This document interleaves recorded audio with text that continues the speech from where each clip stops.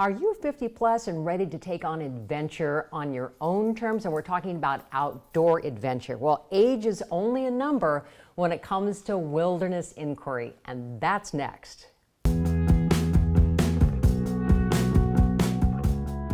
Thank you for joining What's Next. I'm Diana Pierce. My guest today is Greg Lace. He is the founder of Wilderness Inquiry, and it's a company that's been giving universal access to wilderness areas since the 1970s. I'll have him explain that in just a moment. Thank you so much for joining me, Greg. Thank you, Diana. How did Wilderness Inquiry get started? Well, it's a long story, but the short of it is I was in college up at St. John's University, and there was a U.S. Senator who said that without motorized use, we wouldn't be able to take the handicapped, elderly, or women to wilderness areas, and which sounded a little bit off. And my sister worked for the Minnesota State Council on Disability, and she called me and said, "Are you going to take that sitting down?" And I said, "Take what sitting down?" And she said, "That challenge." And I said, "Well, I guess not." So we put together a trip in 1977 that involved people with disabilities and women, no elderly at the time, and did a trip to the Boundary Waters, which changed our lives, and we decided to start an organization to do that. And so a lot of the trips that you've had ever since then, it's a wide variety of trips, but you do make a point of allowing people to enjoy wilderness at their own level. Absolutely, that's what we've always been about.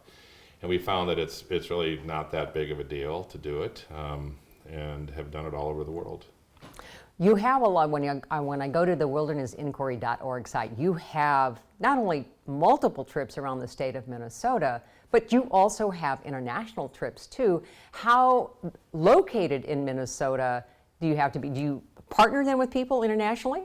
Oh yeah, we have partners all over the world actually. And in fact, I just got back from a trip to Uganda where we went and saw the mountain gorillas, and had a woman go with us who uses a wheelchair, has used a wheelchair pretty much all of her life, and she got right up to see the gorillas up close. They came up and touched her chair, so it was pretty cool. I Cool bet. deal. I bet. So because What's Next is usually for the 50 plus crowd, do you at Wilderness Inquiry have trips that are designed specifically for that? Yeah, I would say a lot of our trips are, and especially now that we've all gotten older.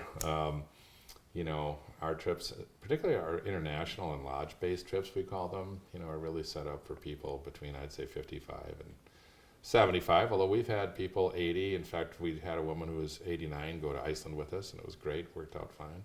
So, age is a relative thing, and it's kind of a mindset. So a lot of our trips involve people that are at that phase of life that we're kind of at. Mm-hmm. So. Well, one of the things that we're partnering together on is the, let's get the right title on this, the Fall Colors Mississippi River Paddle.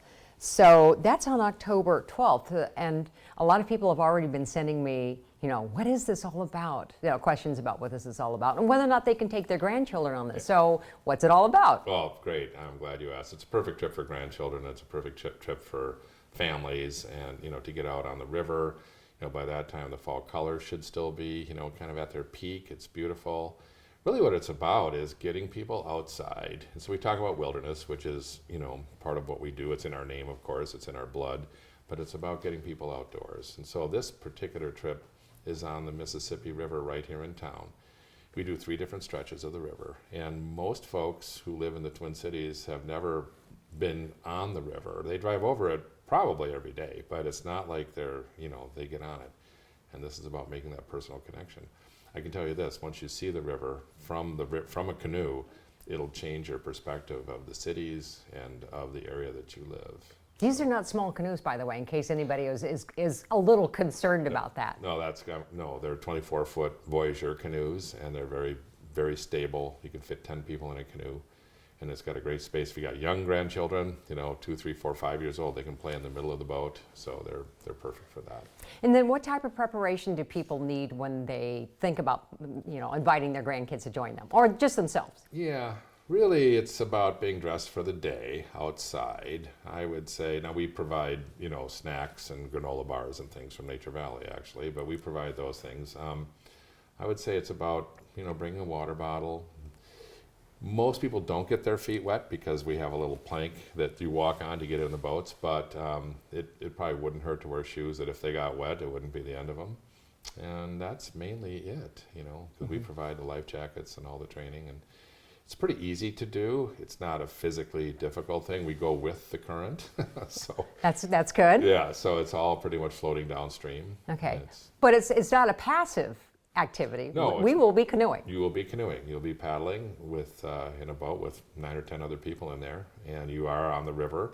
And you know the river dictates the rules more or less. Right now the water's a little high. We've had a lot of rain, which means it'll go faster.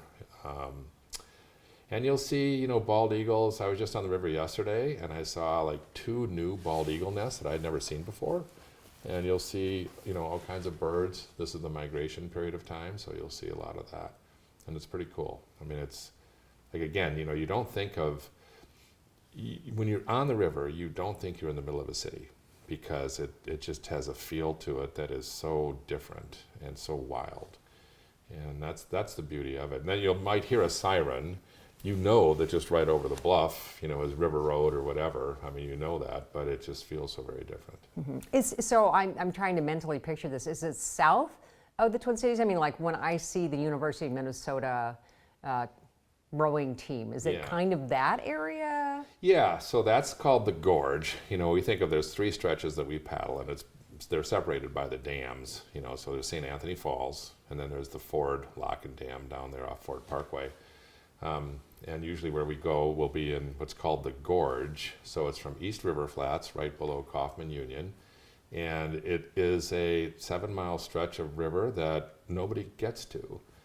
I mean, you can get to it, but there's actually no public landings there. And to get there, you have to come up through the Ford Lock and Dam, which people don't do very often. So it's almost like a private 7-mile lake right in the middle of the cities. And it's just beautiful. It's the only gorge on the Mississippi River, so it was, you know, big bluffs and, you know, high steep sides and great fall colors. So it's fantastic. Well, I'm really looking forward to it. I really hope that some of our viewers can join me on that particular outing. I hope so too. Yeah. I'm really glad that you're doing it, and Yeah. can't wait to see you in a canoe.